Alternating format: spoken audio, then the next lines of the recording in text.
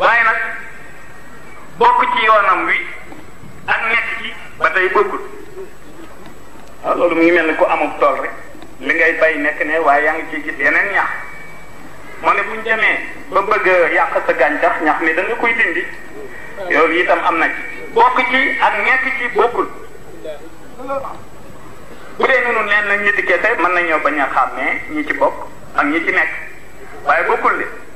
moo ne Serigne Moussa sax la mu nettali ci woyu ko tedd gi dafa wax ne am na ci ñoo xam ni dinaa leen yël am na ci ñoo xam ni dinaa leen sël am na ci ñoo xam ni nag dinaa leen yóbbu ba fu ma jëm ma boole leen ak rab yal nañ bokk ci ñoom bokk ci ak nekk ci bokkul. ndax Serigne Touba moom fekkente ne yaa ngi naan ci moom laa bokk te xam ci sa bopp li ñuy tuddee kañaan nga xam ko ci sa bopp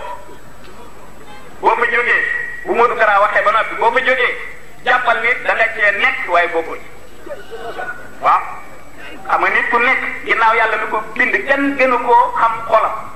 Serigne Touba képp ku ci bokk soxal kañaan bi ca nekk.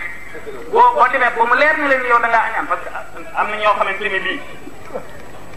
li ñuy tuddee sincère am na ñoo xam ne li nekk ci ñoom dañ koy wax am na ñoo xam ne dañ naan man damaa añaan am na ñuy wax loolu te moom ne gën a lu leen teguñu ko nag seen bopp teguñu ko seen bopp de allahu yafalu ma yasha liman yasha du tey rek ma baax du tey rek ma baax tey rek ma mel nii déedéet yàllaay baax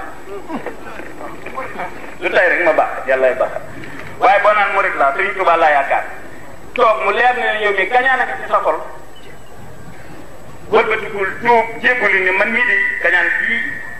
ma yàlla booleel bëgg na maa tàggoog moom ndax ma baax ndax kat dafa mel ni kii dama cee nekk rek waaye dafa mel ni bokkuma ci naa fekk itam bokku ci daf cee nekk waaye bokku ci bu loolu amul kon lii Serigne Moussa netti la xanaa kon day am na ci ñoo xam ne dinaa leen yël bu sa mbubb bu ci dara taxee bu yël ko dee wat am ci ñoo xam ne dinaa leen sët am ci nag ñoo xam ne dama leen di yóbbu ba ci yàlla.